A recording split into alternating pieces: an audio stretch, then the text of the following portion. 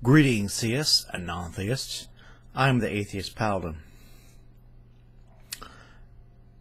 I want to talk about Euthyrphro's dilemma and how there's actually a correct answer. Yes, theists, you haven't solved it in 2,000 years, but there is actually a correct answer to Euthyrphro's dilemma.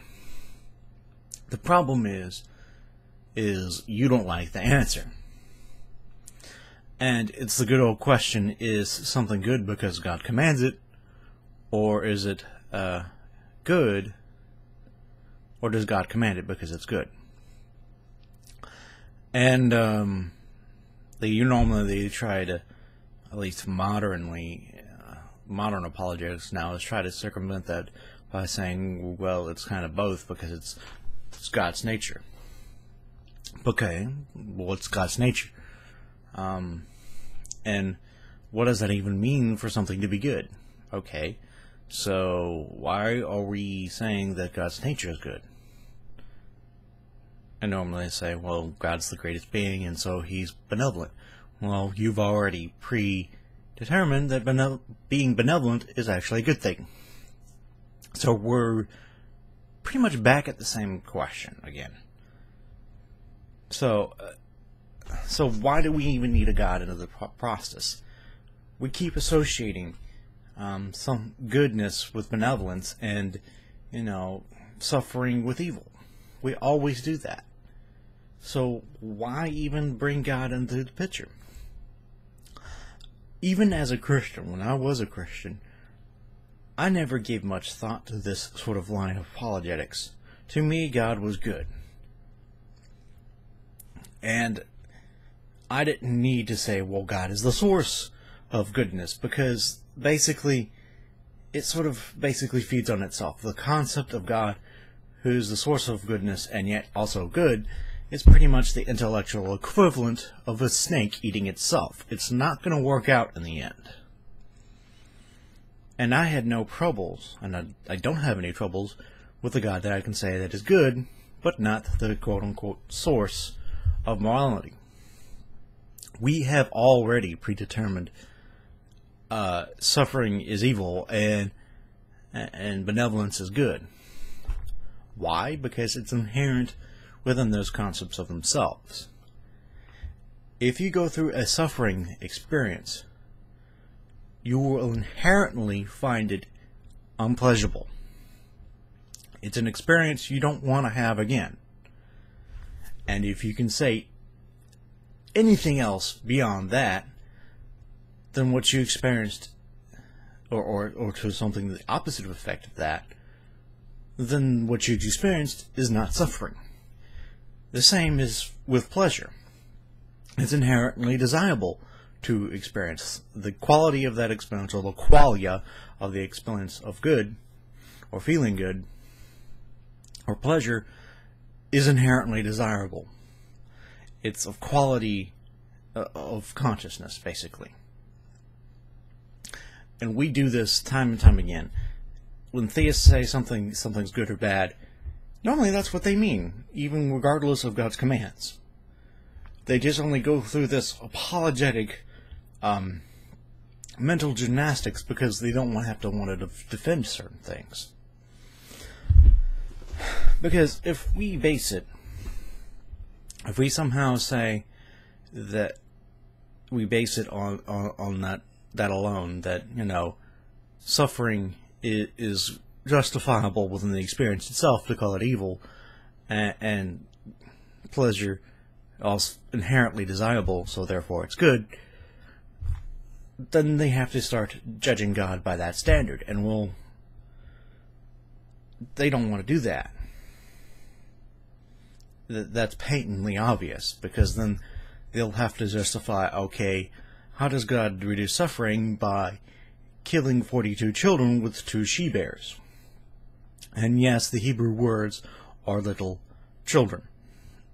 Just go look it up in the lexicon. It's little children. Your modern apologetics of young adults, even though that doesn't make the event any more valid than it was, it's still deplorable. But moving on beyond that biblical little evidence there, they're going to have to justify things like that. And so they try to go, well, God is the source of morality, and it's in His nature, but you've already predetermined that His nature is good. And it's good because of His benevolence and love and whatever these characteristics you ascribe to Him. So again, God doesn't need to be the middleman.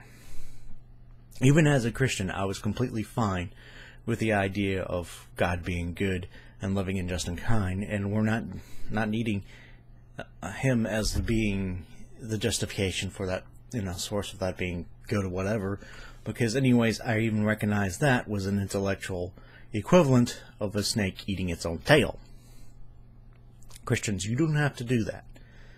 Now, granted, it's sort of, you have to reform your theology, because that's what it's been for the past 2,000 years, or since Thomas Aquinas argued something like that. I don't know really who argued something like that. But God does not need to be the source of morality. The source of morality is in the experiences of consciousness itself, and whether those interactions with other people result in good or bad experiences. That's it. And we say this every time when we say something is good or bad or evil. And when we say something is good, it promotes our freedoms or autonomy. It either is equitable, it isn't, it's a fair action, or because it promotes general well-being. Evil, because it hinders our free will or autonomy, or because the action is unfair, or because, well, it causes suffering or unwell-being or whatever, causes us ill. When we mean that every time when we talk about morality. So why is God even in the middle of this? It's not necessary at all. So this is why I can't believe the Abrahamic God as presented by Christians today, because they have to make Him in such a way that He is not possible. He cannot be the source for goodness and also be good, because then that would be circular. And then also at the same time command us to do things that He Himself is not obligated Himself to follow, and also command us to do evil things. Because let's face it, if we're going to go say, well, that's a naturalistic fallacy to show pleasure with good and suffering with evil, well, then okay, then do you realize the effects of that? And that means that there are some points to which you might be morally obliged to cause suffering. That's the sort of crusaders mentality. That's the terrorists' mentality. That's the terrorists' moral structure.